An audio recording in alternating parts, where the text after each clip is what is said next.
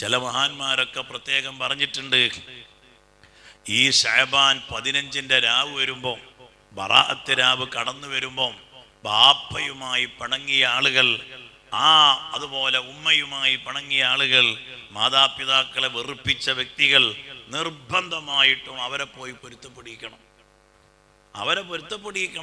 അത് പല മഹാന്മാർ എടുത്തുദ്ധരിച്ച അവരെ ഉദ്ധരണികൾ ഞാൻ കാണുകയുണ്ടായി.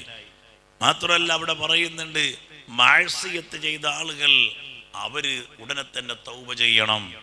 ഇങ്ങനെ പറഞ്ഞിട്ട് പറയുന്നുണ്ട്, സിലത്തുർ റഹം, കുടുംബബന്ധം, ആ കുടുംബബന്ധം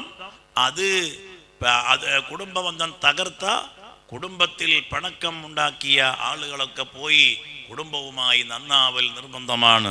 പ്രത്യേകിച്ച് ബറാഅത്ത് രാവിലെ സർവ്വര ദുആവും അള്ളാഹു സ്വീകരിക്കുന്ന, അള്ളാഹു പ്രത്യേകമായി അവിടെ അള്ളാഹുവിൻ്റെ അടിയാറുകൾക്ക് വേണ്ടി ഒരുങ്ങി നിൽക്കുന്ന ഒരു സമയമാണ്. ആ സമയം പുറത്തു കൊടുക്കാത്ത ആളുകളിൽപ്പെട്ടവരാണ് മാതാപിതാക്കളെ വെറുപ്പിച്ചവൻ, അതുപോലെ തന്നെ കുടുംബബന്ധം തകർത്തവൻ, അതുപോലെ തന്നെ സ്ഥിരമായി ലഹരി ഉപയോഗിക്കുന്ന ആളുകൾ.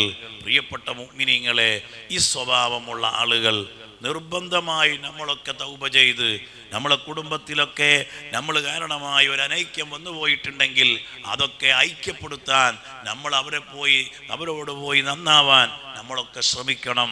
ഇത് പ്രത്യേകമായി ഞാൻ ഉമ്മമാരോടൊക്കെ പ്രത്യേകം ഓർമ്മപ്പെടുത്തുന്നു.